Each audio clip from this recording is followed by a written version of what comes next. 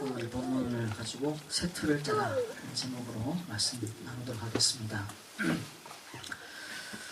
지난주에 우리 그 중일자 대학원을 하면서 나영아 총장님이 우리 그 나영아 총장님은 한국의 학계에서는 꽤 영향력 있는 분입니다. 그런 분이 이제 우리 다락방에 들어오셔서 이 부분 맞다 이렇게 이제 해서 그래서 이제 그분이 이제 우리 한국 교육에다가 이 도전장을 내놨어요.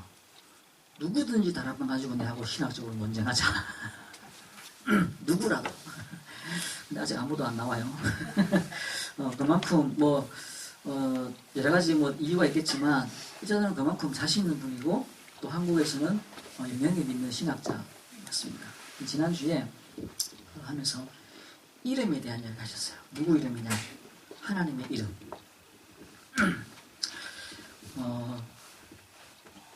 우리가 강아지를 사면 또 고양이를 집에 데리고 오면 그 고양이의 이름을 내가 붙입니다. 그죠? 주인이 그 이름을 붙여요. 우리가 만들어낸 신이라면 그 신의 이름은 내가 붙이겠죠. 뭡니까? 이렇게 절에 가면 이렇게 저 뒤에 이제 뭐라 그러죠? 대웅전이라고 그럽니까? 그게 있는 곳까지 이렇게 쭉 가면서 이렇게 여러 가지 불상을 만들어 놓더라고요. 여기는 뭐 하느냐? 애기 낳는 곳.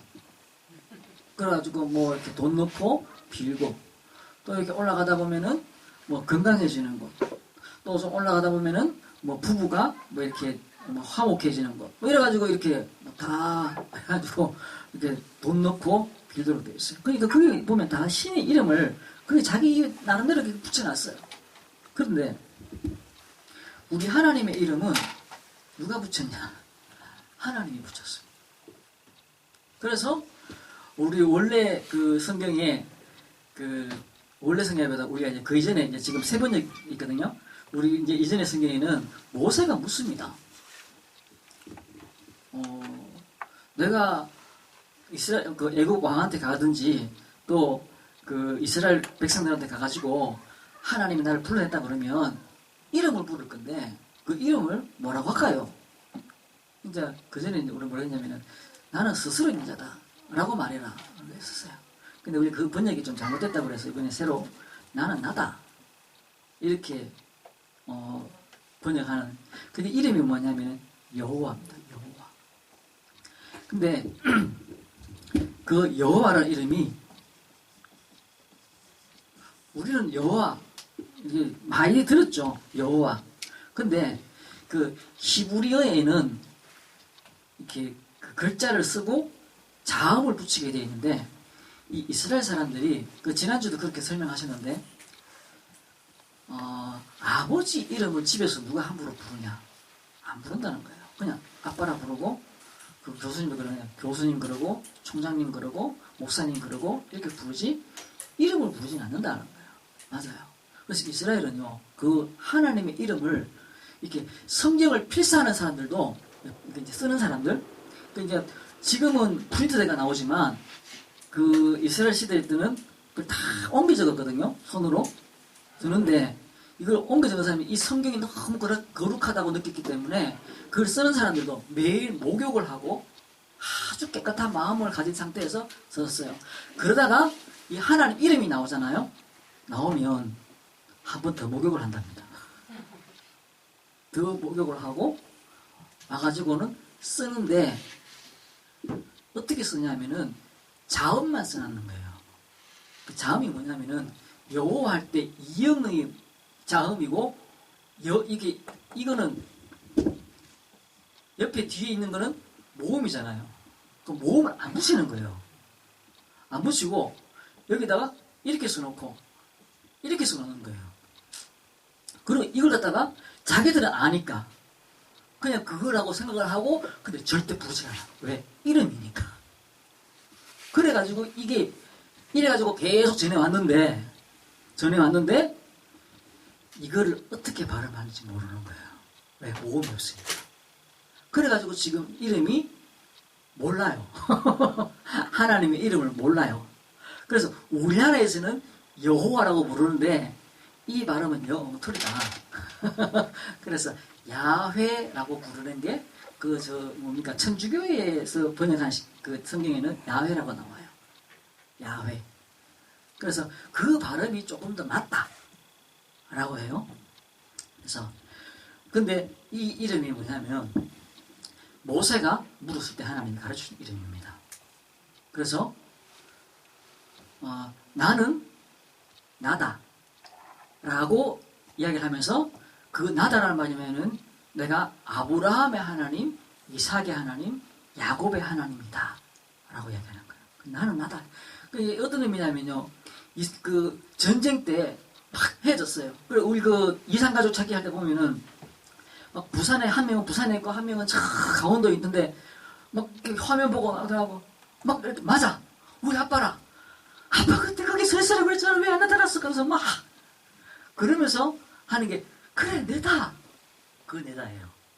수십 년 만에 만나가지고 내다 그래 내가 아빠다 라고 하는 건 내다예요. 왜 그러냐 400년 만에 나타났거든. 400년 만에 모세 나타날 때요 요셉으로부터 시작해서 400년 만에 나타났거든요. 물론 그 사이에 나타났는데 이들이 못 발견한 거예요. 그러면서 하나님이 모세에게 내다라고 해라. 내다라고 해라. 내가 나타났다고 그래라. 내가. 그거는 뭐냐면 아버지예요. 아버지. 그 이름 속에 하나님과 우리 관계가 드러나는 거예요. 내다라고 그러면 내다. 그러면서 또 나오는 게 뭐냐면 아버지예요. 관계가 뭐냐면 우리의 모든 언약의 기본이 뭐냐면 내가 아버지고 너는 아들. 이게 언약의 관계의 기본 맥락이에요. 내가 아버지다. 그리고 너는 내 자식이다. 내 자녀다. 내 아들이다. 그걸로 다 설명되는 거예요. 그러니까 이 이름 속에서 하나님이 뭘 하려고 하는지 드러나고 있는 거죠. 드러나고. 그리고 어떤 관계인지 드러나는 거예요. 이름 속에서. 그리고 전능자다. 그러니까 이 여호와라는 이름을 이렇게 성경에서는 딱 잘 안 쓰기 때문에 여러 가지 이름이 나와요. 나오는데 전능자다. 그 전능자라고 그러면 막 이렇게 전쟁에서 막 싸우고 막 이런 걸로 나타나는데 보여지는데 그게 아니다라는 거죠. 이 전능자라는 말은 엄마와 같은 속성이 있는 거예요. 젖을 물리는 엄마. 그러니까 여자는 약하지만 엄마는 강하다라고 할 때 그 엄마는 뭐냐? 엄마는 막 아버지가 안 계시는데 엄마가 나가서 직장에 나가서 일도 하고 막 뭐 손해볼 일 있으면 막 싸우고 대들고 막 집에 누가 막 쳐들어오면은 몽둥이 들고 나가 싸우고 이런 엄마 이전에 엄마기 때문에 모든 것을 책임지고 울러매고 있잖아요. 그리고 젖을 먹이잖아요. 그거 전능자라는 말이에요. 엄마기 때문에 모든 한다라는 거예요. 그 하나님. 거기에서 의미에서 나오는 전능자라는 것이죠. 젖을 먹이는 행동 그 자체가 뭐죠? 생명을 주는 거, 생명을 주는 거, 생명. 그리고는 만군의 여호와. 이거는 물론 강함이 아니죠. 하늘의 권세, 땅의 권세, 모든 권세. 왜 그렇죠? 지키기 위해서. 무엇으로부터 말입니까? 사단의 권세로부터 지키기 위해서 만군의 여호와인 겁니다.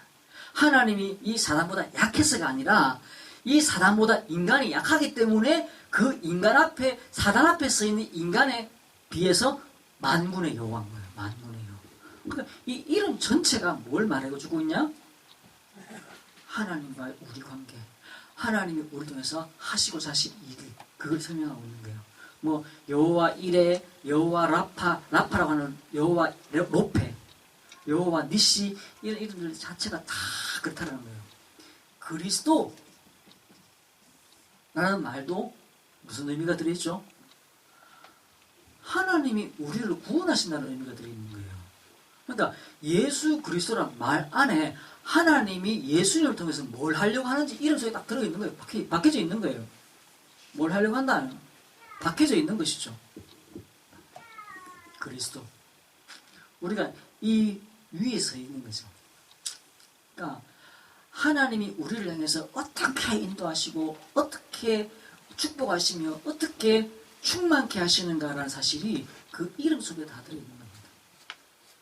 우리 오늘 저기 계신 분인데 차이정 집사님이 이제 애가 이제 첫째가 초등학교 1학년이었거든요. 이제 가가지고 이제 뭐 선생님하고 관계, 친구들하고 관계 뭐 이런 게 있는 거예요. 이제 말씀을 이제 부르기 시작하는 거죠. 그러니까 이제 늘 하는 질문이 뭐냐면은 얼마만큼 화를 내야 되는지, 얼마만큼 화를 내야 되고, 얼마만큼 보듬어야 되고, 얼마만큼 이걸 이렇게 훈육해야 되는 것인지에 대해서 늘 고민이 되는 거예요. 그냥 안 때리고 안아주면 좋겠는데 그것도 아니라는 거지.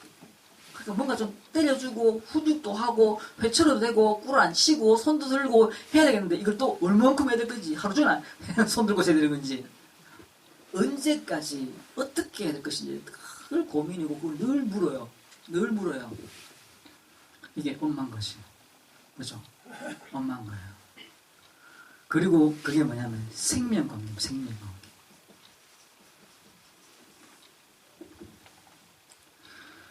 기계는요 밤새도록 돌려도 됩니다.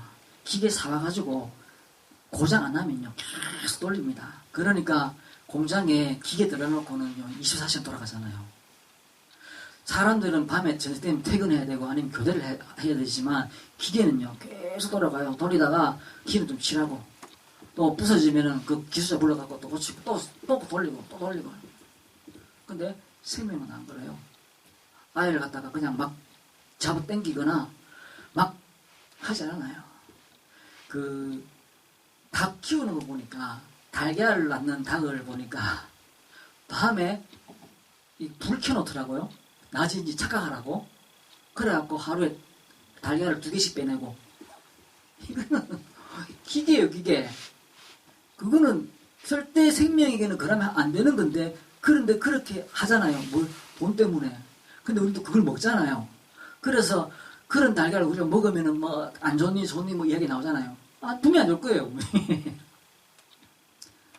아이를 갖다가 학원에 집어넣어가지고 어른도 8시간 일하고 나면은 막 저녁에 막 피곤해가지고 스트레스 받아갖고 술 파마시고 막 이러고 돌아다니는데 애들은요 아침에 8시에 학교 보내갖고 저녁 5시 오면 또 학원 보내. 그래갖고 8시, 9시, 12시까지 있다가 또 오게 이걸 갖다가 몇 년에 12전을 시켜. 이게 지금 생명이라고 생각하는 건지 로봇이라고 생각하는지 구분이 안 될 만큼 지금 이 세상이 그런 거예요. 또 영적으로도 마찬가지예요. 영적으로 이걸 갖다가 막 어디 훈련소에 막 집어넣어가지고 막 돌리면 된다고 생각하는. 제가 하나교회 우리 집사님들 장로님들 중에 RGS나 이런 데 보낸 장로님이시거든요. 제가 이제 어떤 분한테 만나갖고 뭐 잘했나 못했나 이걸 해가지고 우리 집사님이 RGS에서 뭐 하려고 하는지를 충분히 이해를 하시면 좋겠습니다. 그래야지 이 아이가 어떻게 교육되어지는지 알 거 아닙니까? 아버지는 이 아이를 RGS 뭔지 아시죠? 우리 그 다락방에서 하는 학교입니다. 그 RGS 넣어놓으면은 서울대 갈 거라고 생각하는데 한다면 학교가 서울대 보는 학교가 아니라면 굉장히 실망할 거 아니냐. 그러니까 이 학교에서 뭐 하려고 하는지를 충분히 아버지, 엄마가 그걸 알아야지 이 아이가 어떤 아이로 만들어질 것인지 어떤 교육을 받고 있을 것인지 알게 될 거다. 그걸 조금 공부를 하시라. 이야기를 한참 하다 보니까 그런 거예요. 이 내용은 뭐냐면은 우리 애가 랩런트로 잘 컸으면 좋겠는데 나는 성경도 모르고 훈련도 받기 싫고 나는 기도도 하기 싫은데 이 안에 잘 됐으면 좋겠는 거예요. 그러니까 칼을 갖다가 학교 집어넣고 막 제가 고 이야기했던 그 장로님 애가 도망을 갔어요. 그 학교에서. 그래갖고 지금 또 대구 뭐 어디 딴 데 가 있다 그러는데 이게 뭐냐면 생명과입니다. 그죠? 생명관계 속에 있는 거예요. 영적인 생명관계 속에 있는 거고 육신적인 것도 생명관계 속에 있는 거예요. 이걸 분명히 이걸 갖다가 막 학원에 집어넣어가지고 막 돌리다가 그 애가 물론 뭐 몇 가지 더 외우는 것도 외울 수 있겠죠. 아니잖아요. 마찬가지로 우리가 영적인 부분도 진짜 깊은 아버지, 어머니 수준 속에 있는 거예요. 그냥 그게. 그죠? 그럼 같이 거기서 성장하는 거고 그 속에 나를 인도하신 하나님이 이 아이를 인도하실 것이라는 사실을 믿는 믿음 속에 있는 것이지 내가 막 저 학원을 지내는 야가가 막 어느 날 막 갑자기 막 어마어마한 아이가 바뀌어갖고 올 거라고 생각한다고 해가 굉장히 틀린 생각이잖아요. 굉장히 틀린 생각이잖아요. 다른 욕심이 있는 거거든. 세계보고만 욕심이 있는 게 아니고 다른 욕심이 있는 거예요. 다른 착각을 하고 있는 것이죠. 그러면 안 될 것이다. 우리에게 제일 중요한 게 뭐죠? 우리의 영적 상태입니다. 믿어야 돼요.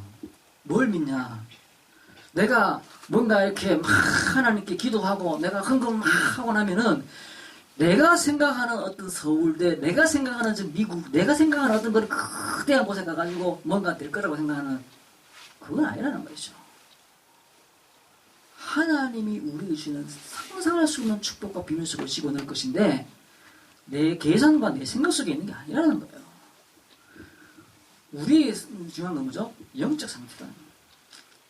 오늘의 영적 상태가 뭘 하냐? 나의 미래를 바꾸는 겁니다. 나의 미래를.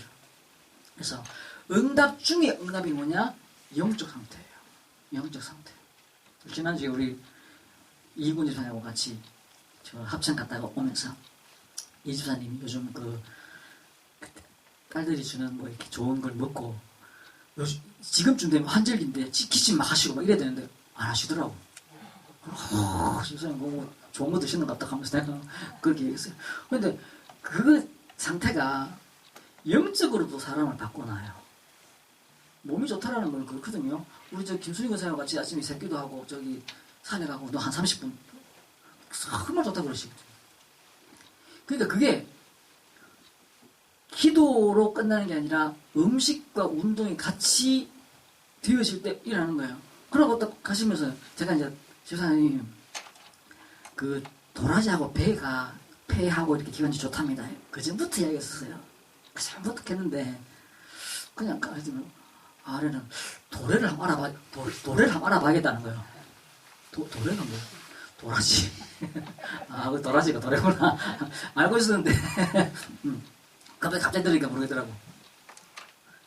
그 자체가 영적 상태예요.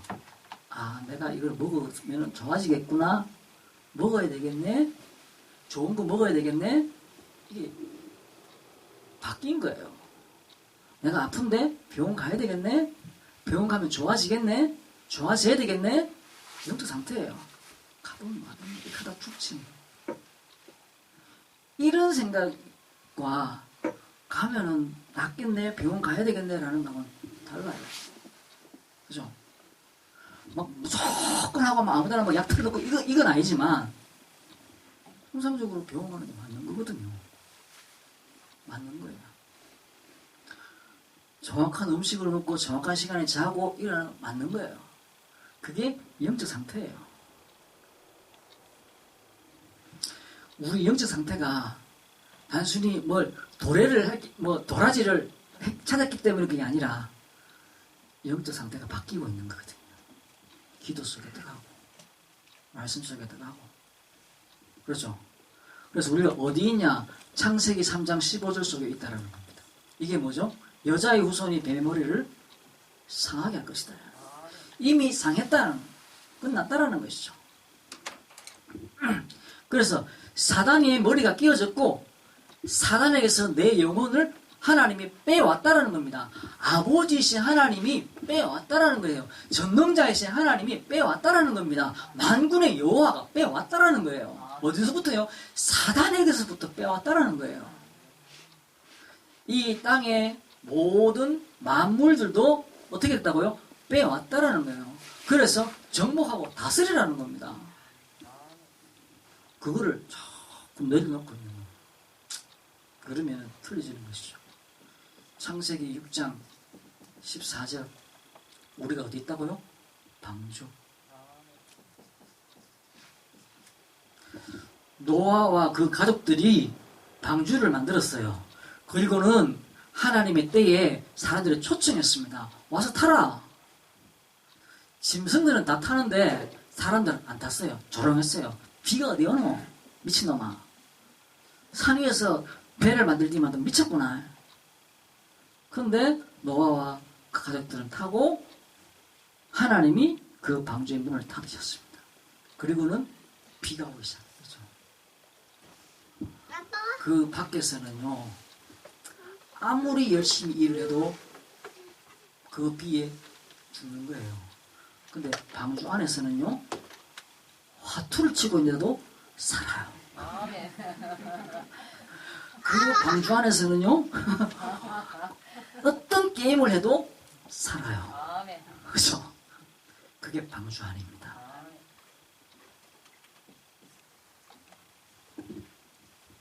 출애굽기 3장 18절. 이 피언약, 모세가 피언약을 받았습니다. 그죠? 희생제사의 비밀을 붙잡은 겁니다. 그리고는 실제로 10가지 재앙이 미쳤는데 애굽 바로왕은 안 된다 그랬어요. 가라 했다가 안 된다 하고, 가라 했다가 안 된다 하고, 그러면 짐승만 데리고 나가라 그러고, 요 갔다가 오라 그러고, 여기서 하라고 그러고, 막 이런 식인 거예요.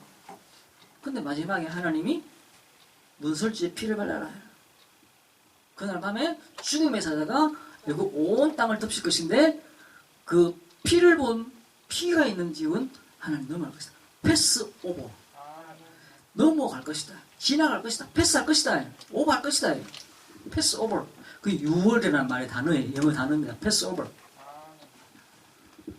마찬가지로 방주 안에서도 헛투치듯이 이 피를 발라나는 집 안에서는요, 뭘 해도 다 살았어요.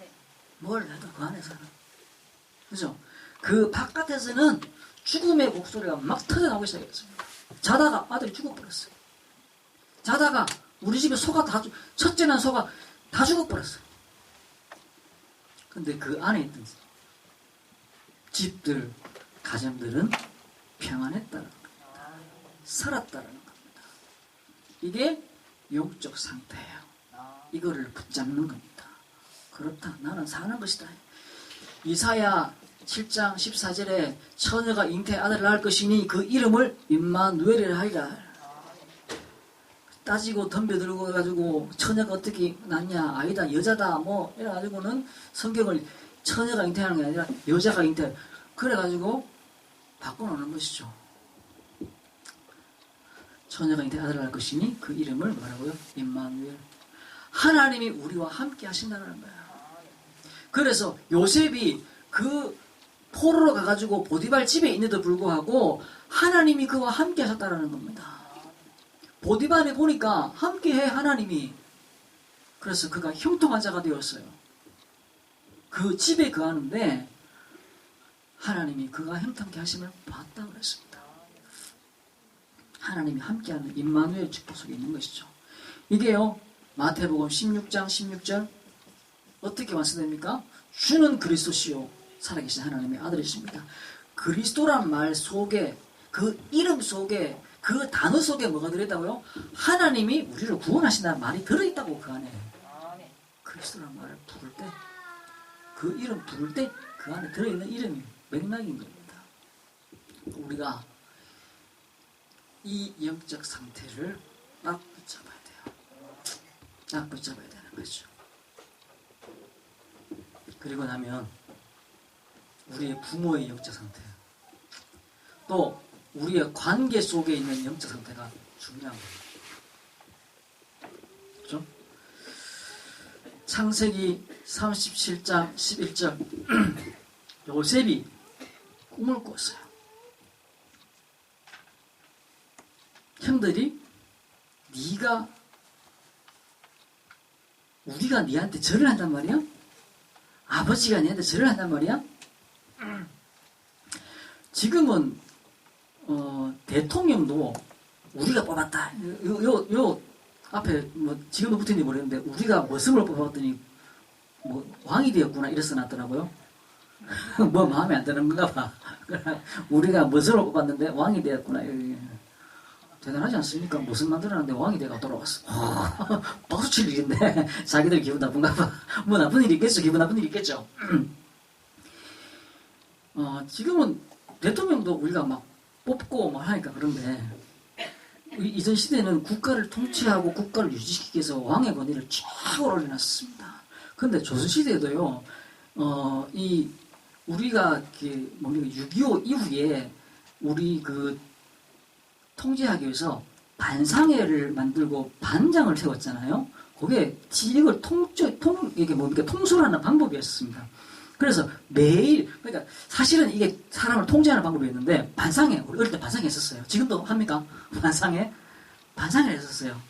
그렇게 해서 늘 지시사항 전달하고, 하여튼 그런 교회 구역 예배 드리듯이 한 달에 한 번씩 반상회를 했었어요. 그죠? 했었는데, 조선시대나 그 이전 시대는 뭐냐면, 가족 단위로 통제를 합니다. 그래서 그 아버지에게 모든 권한을 주는데 자식을 죽여도 될 만한 권한을 줬어요. 그러니까 아버지가 아들을 때려가 죽이면 별로 권한 받았습니다. 그만큼 권한이 셌었습니다. 조선시대 때는. 그러니까 아버지라는 존재가 그런 존재였었어요. 그러면 이 시대도 마찬가지입니다. 이 시대도, 성경에 있는 시대도 아버지가 왕이 없잖아요. 그 시대는. 그죠? 왕이 없는 시대예요. 그러니까 애굽에 가면은 거기에 왕이 하나 있는 정도. 그러니까 왕이 있으니까 막 강하게 가지고 막 피라미드도 만들고 막 이러니까 옆에서 왕이 없는 그냥 아버지 중심으로 살던 사람들은 그 왕이 있는 나라를 굉장히 부러워하게 됐었어요. 그래서 이스라엘이 제사장만 있다가 우리도 왕을 세워달라고 막 그렇게 대들 때가 있었습니다. 그게 어딘지요? 사무엘 시대였습니다. 그 이후에 누가 세워지죠? 사울이 세워집니다. 왕 세워달라고 그 사람들이 막 했었어요. 그 말은 저거 봐라, 저거 딴 나라 보니까 부럽다 우리가 막 군사도 만들고 막 이래가지고 부럽다는 거죠. 그거는 뭘 의미하냐면은 하나님의 그 목사님 중심으로 그 나라를 움직였던 그걸 부정하고 우리 왕 세워달라 이 말이었거든요. 그게 뭐가 되느냐? 불신앙이 들어있는 거예요. 그 왕을 세워달라는 그 말 속에는요. 근데 어쨌든 뭐 하나 인정해가고 사울 세우고 그 외에 또 다윗 세우고 그랬었습니다. 그런 시대 때에 요셉이 아버지가 내게 절을 했다 이 말을 하는 거는 내가 이거 설명하고 이렇게 길게 설명했습니다.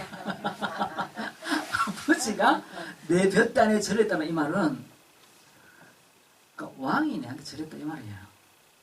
그만한 의미가 맥락이 들어있는 겁니다. 그러니까 형들이 화가 나는 거야. 이 새끼 뭐라 했었노? 그러니까 맏아들은 아버지 대신이야. 그죠?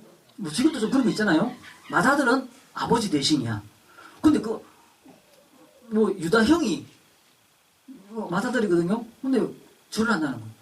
이 새끼 그건 뭐 앞뒤도 없고 두서도 없고 뭐 개파이네 시키고 뭐 이래갖고 때리는 거예요. 그러니까 우리나라 조선시대도 아버지가 그 딸이나 죽여도 큰 제재를 안 받았듯이 이 시대도 마찬가지인 그런 시스템이에요. 그러니까 그 시스템을 유지하기 위해서는 아버지를 가장 힘 있는 권위자로 세우고 맏아들을 아버지가 나이 들었기 때문에 맏아들에게 힘을 실어주는 거예요. 그래갖고 맏아들이 모든 권한을 행사하게 되는데 뭐 형들이 볕단도 다 내한테 철을 했다 하니까 이거는 화가 나는 것이. 그런데 이제 다시 이제 처음 돌아갑니다. 야곱이 그 말을 마음에 두었더라 이렇게 되는 겁니다. 그게 아버지가 야곱이 그 말을 마음에 두었다 이 말은 그 기존 사회의 모든 질서와 그런 것들을 다 무시하고 요셉 속에 있는 그 언약을 봤다 이 말입니다. 야곱이. 내가 받은 언약, 야곱이 그 삼촌 라반의 집과 거기서 20년 동안 고생을 하고 거기서 아들 12명을 낳았고 그래가지고 나왔던 이 야곱이 약복 강가에서 천사와 씨름하면서 하나님을 받았던 그 언약이 그 야곱의 이름이 이스라엘로 변하는 그 역사를 체험했던 야곱이 그 아들 요셉이 속에 있는 언약이 보이는 거예요. 그게 야곱 눈에만 보이는 거예요. 그게 니한테 뭐가 있구나 이걸 보는 거예요. 이 새끼 버릇없이 뭐 이러면 이게 아니고 말은 안 하는데 그 아들 요셉한테 있는 언약이 보이는 거예요. 그러니까 2억이 넘는 시가 2억이 넘는 비싼 옷을 해다 입히는 거예요. 그러니까 그게 보이니까 이게 지금 뭔가 모르는 내가 아브라함으로부터 연결되지는 이삭 그 다음에 야곱으로 연결되지는 그 언약 이 찾아오신 이 하나님의 이 언약이 아브라함부터 내게까지 연결되는데 이게 지금 그 맏아들 둘째 아들 별로야 그 끄트머리 있는 요셉 속에 보이는 거예요. 그러니까 그걸 가슴에 담아주고 거기다가 옷을 해입히고 하는 거예요. 근데 죽어버렸어. 이 야곱의 마음의 상심이 얼마나 그랬어요. 하나님의 언약은 절대 망하지 않는 건데 그 아들이 짐승에게 잡혀가 죽었다고 그러고 그 2억짜리 옷에다가 피를 묻히가 아들이 들고 갔어. 2억짜리. 그걸 보고 통과할 수밖에 없는 거죠. 통과할 수밖에 없는 거예요. 근데 어찌됐든 이 야곱이 그 말을 마음에 두었더라. 했습니다. 야곱이 30여 년이 지나고 난 이후에 30도 더 됐죠. 이후에 요셉이 살아있다는 소식을 듣고 그 형들과 함께 아들들과 함께 요셉을 보러 갑니다. 내일이면은 맨날 며칠 가는 거죠. 지금 굶다가 이제 아들 집에 가면은 막내 아들 집에 가면은 그 쌀이 있다고 그러니까 가갖고 이제 밥도 먹고 아들도 보고 가는 거예요. 그 소식이 야곱에 들려졌을 때는 어떤 기분이었을까요? 그죠? 가는데 내일이면 만날 것 같아. 거리상 잡니다. 자는데 하나님이 야곱의 꿈에 나타나요. 꿈에 나타나서 그 요셉이 거기 있게 된 배경들을 설명을 합니다. 그래서 거기서 살아요. 돌아가자 해야 되는데 왜 야곱이 붙잡은 언약은 이 뭡니까? 약속의 땅에 있는 거거든요. 그런데 거기서 살게 됩니다. 왜? 그 전날 밤에 꿈에 나타나는 거예요. 그거를 꿈으로 설명해 주는 거예요. 요셉이 왜 그가 있는지를 야곱이 설명을 받아요. 그러니까 어마어마한 이 이야기들이 거기 들어있는 거죠. 이게 영적 관계고 영적 상태인 겁니다. 그게 통하는 거예요. 출애굽기 2장 1절에서 10절 요괴벳이 나옵니다. 모세를 낳았어요. 아들을 다 죽이라고 그랬습니다. 그런데 시간이 너무 많았네. 죽이라고 그랬습니다. 이걸 이제 조금 키워가지고 이제 뭔가를 해야 되는데 그 상태 그리고 그걸 떠나보내면서 공주가 있는 곳으로 떠나보는 상태 뭘 기대하고 있을까요? 뭘? 그죠? 그게 영적 상태입니다. 부모의 영적 상태.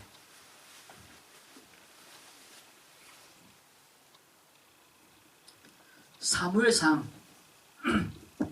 2장 1절에 10절 아니. 맞네. 여기도 1장 1절 10절.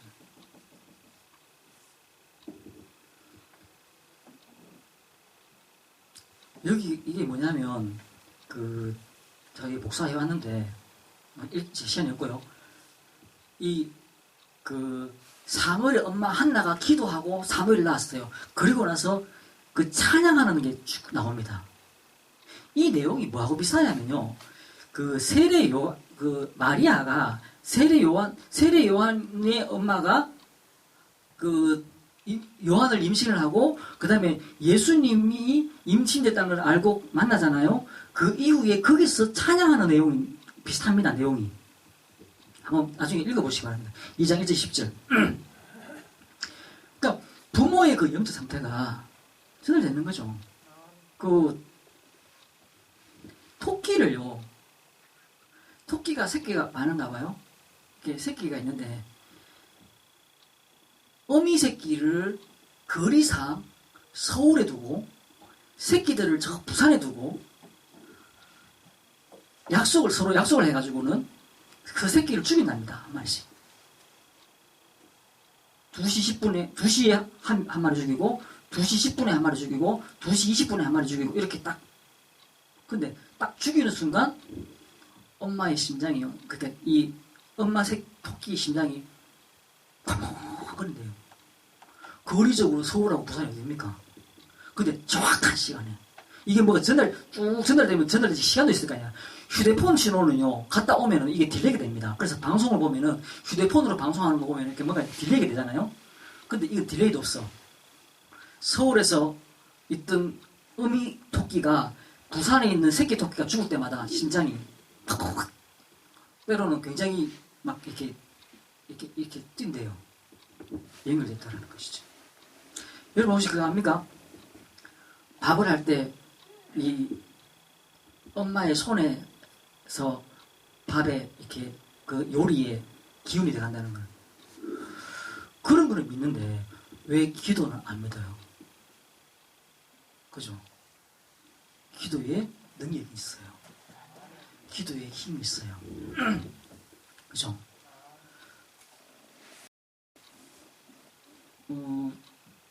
제가 어릴 때, 제가 어릴 때 아니고 우리 형주가 어릴 때, 형주가 지가 볼 때는 내가 그때 한 6만 7만짜리 예산바 있는데 그게 지 눈에 예뻤는가 봐. 그걸 뭐 하냐면 내보고 왜 아빠만 간지난 거 입어? 간지가 뭔지 아시죠? 왜 예쁜 거 입어 이 말이에요. 근데 그 말이 내가 왜 화가 나는지 막 알을 갖다 붙잡고 막 화를 막 냈었어요. 그게 그냥 계속 내 머리에 남아있어요. 내가 그걸 이야기하려고 뭐 이야기했더니 지는 기억 안 나는데 하도 이야기를 해서 안 돼요. 내가 여러 번 했는가 봐요. 그냥 미안하니까 그러는 거예요. 그러니까 미안하다라는 건 미안하다는 말이 그렇게 힘들었나요? 라는 책이 있어요. 그 책에 보면 뭐가 나오냐면 아들은 연세대 다니는데 연세대 하여튼 대학 중에서 문과 중에서 경영학은 굉장히 높은 과입니다. 근데 연세대 다니는데 그 집에 엄마가 죽었어요. 죽었는데 누가 죽였어. 수사를 하니까 아들이 죽였어요. 그러니까 이상하니까 조사를 했는데 심리학자들도 붙어가지고 조사를 했는데 이 집안 전체가 서울대 집안이라 그러니까 연세대 다니는 아가 바보 같아. 맨날 막 아버지도 엄마도 막 엄마가 더 심하게 했는가. 엄마 죽여버렸어. 근데 이 조사를 하는 과정에서 엄마의 일기가 나왔는데 매일 그 아들을 두고 이렇게 편지 형식의 글을 썼어요. 그러니까 비난하는 게 아니었어요. 그런데 그게 전달 안 되니까 이 아들은 늘 열등감 속에다가 엄마를 죽일 수밖에 없어요. 얼마 전에 또 뭐죠? 고등학생인데 전국 고등학교 3학년 그런데 전국에 0.1%에 드는 아이인가 봐요. 그런데 엄마가 전국에서 1등 못한다고 맨날 노력했는가 봐. 그래 얘가 성적을 조사를 했어요. 그러니까 야정도 되면은 뭐 거의 학교에서 탑이고 뭐 그 지역에서 탑이고 예를 들어서 대구에서 탑이고 이런 애예요. 그런데 엄마가 그걸 계속 화를 내놓으니까 성적 조작을 했어. 그런데 어느 순간 조작이 안 되니까 엄마가 죽여버렸어. 그러고는 자수를 했어요.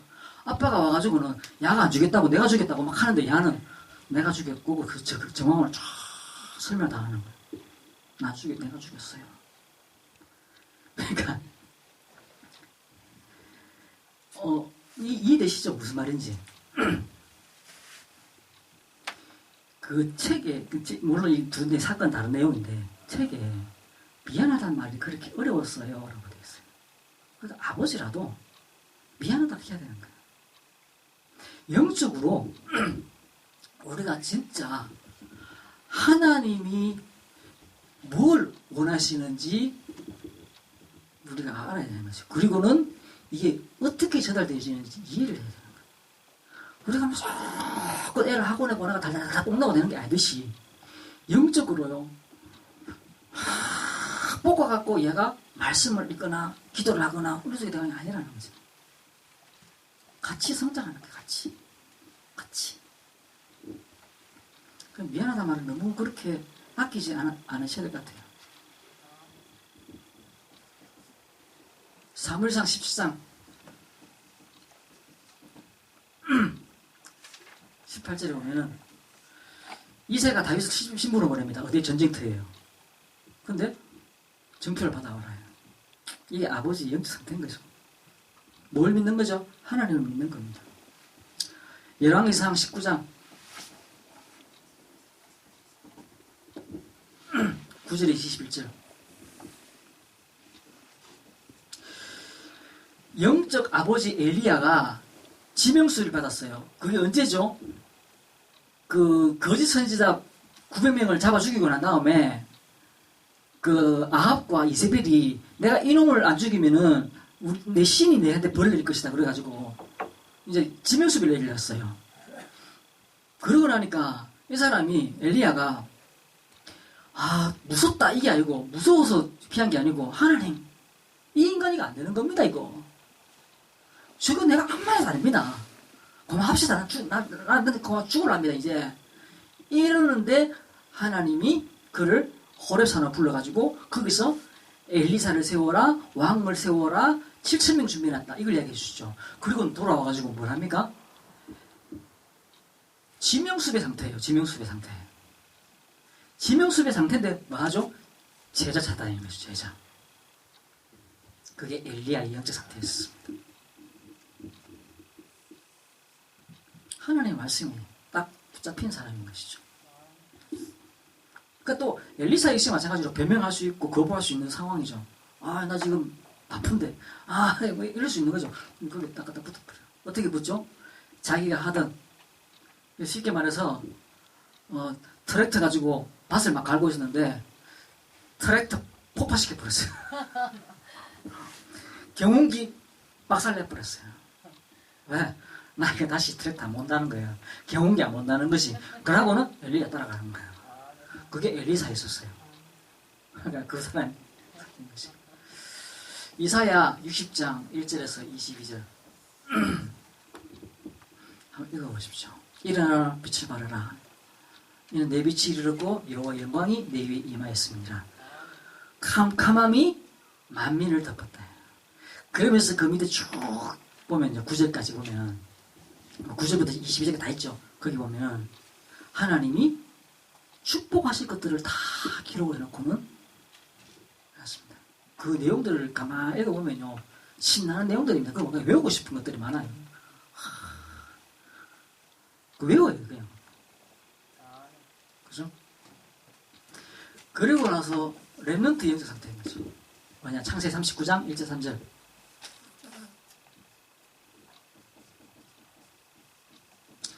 이게 요셉이 보디발의 집에 갔을 때 상태입니다.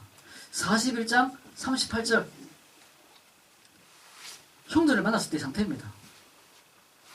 형들은 팔았는데 자기는 이게 팔린 게 아니라는 거지. 착각하고 네가 지금 착각하고 있다. 우리 팔았다. 파는 게 아니라 하나님이 나를 이것을 먼저 보내셨다.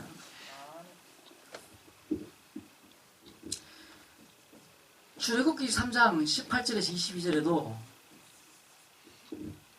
가시들기 나무에 그냥 막 길 가다가 그런 게 아니에요. 모세는 기도하고 쓰는 거예요. 거기에 하나님 나타나신 거죠. 사무엘상 3장 19절 사무엘이 엄마가 저 좀 주더니만 저 빼자마자 성전에 집어넣어 버렸어. 성전에. 그 성전에 뭐 어떤 것들이 많이 살고 있었어요. 뭐 어떤 것들이. 근데 거기에 간 거지.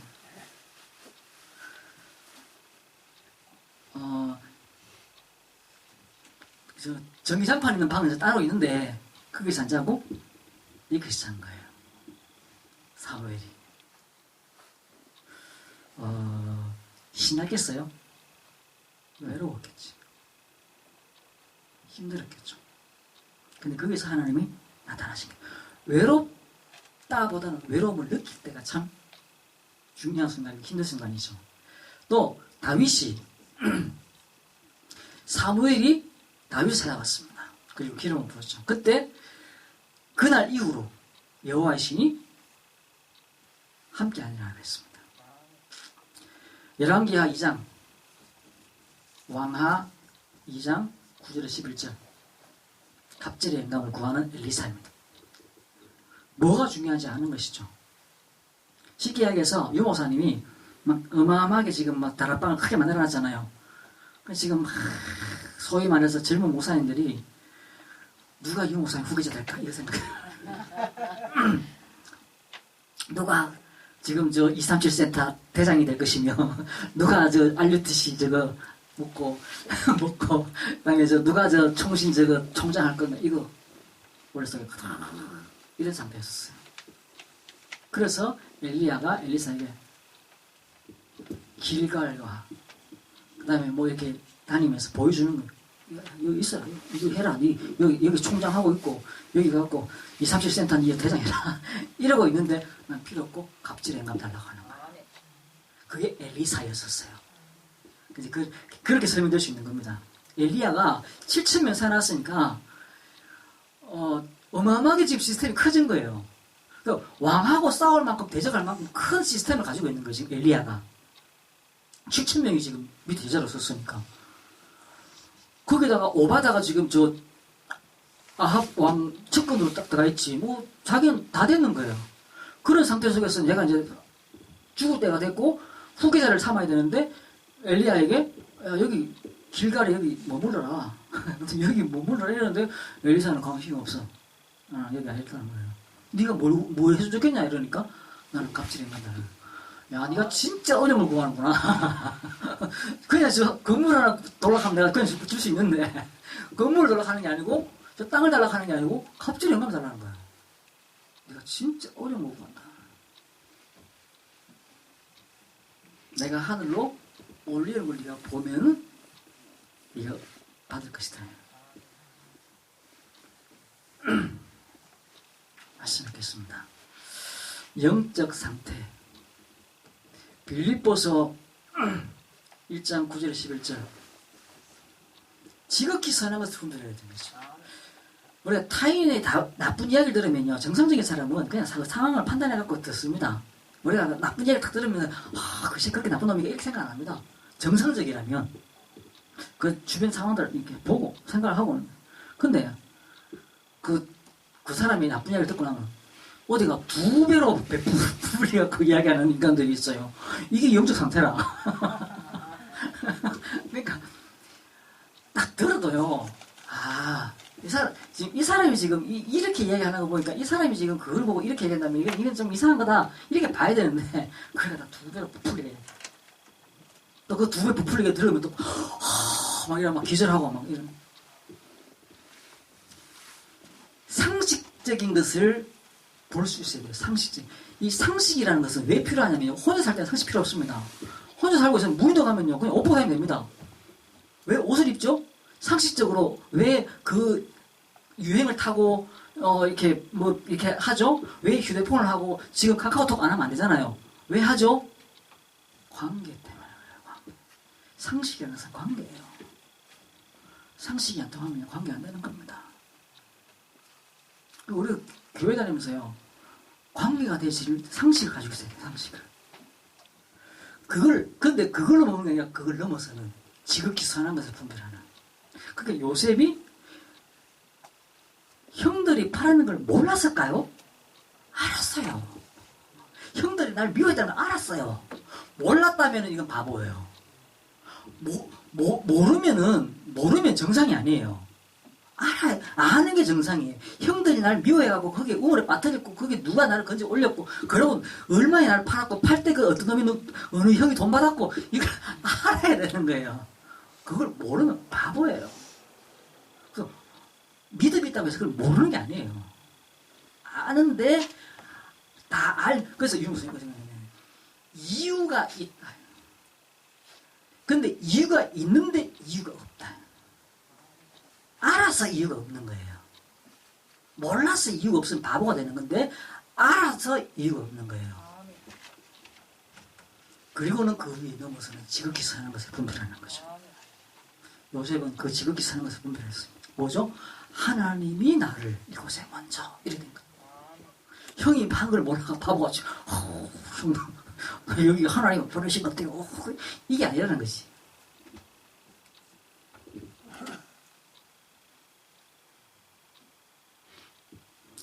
그 470장, 그 옛날 찬송가 470장인데 지금 몇 장인지 모르겠습니다. 내 평생에 가는 길 순탄하여. 그 스페포드라는 사람이 지었는데요. 그 사람이 배 타고 가족끼리 여행 가다가 배가 뒤집어져가 다 죽어버렸어요. 아내, 딸 다 죽어버렸어요. 그럼 혼자 살아남았어. 그러고는 그 사람이 지은 곡이 그겁니다. 470장. 내 평생에 가 순탄하여 늘 잔잔한가. 그 사람이 잔잔하고 그런 거 아니잖아요. 지극히 선한 것을 분별하는 힘을 가졌던 거죠. 안 슬픈 게 아닌 거죠. 이거 잘 됐다. 마누라 잘 죽었네. 이게 아니었다니까요.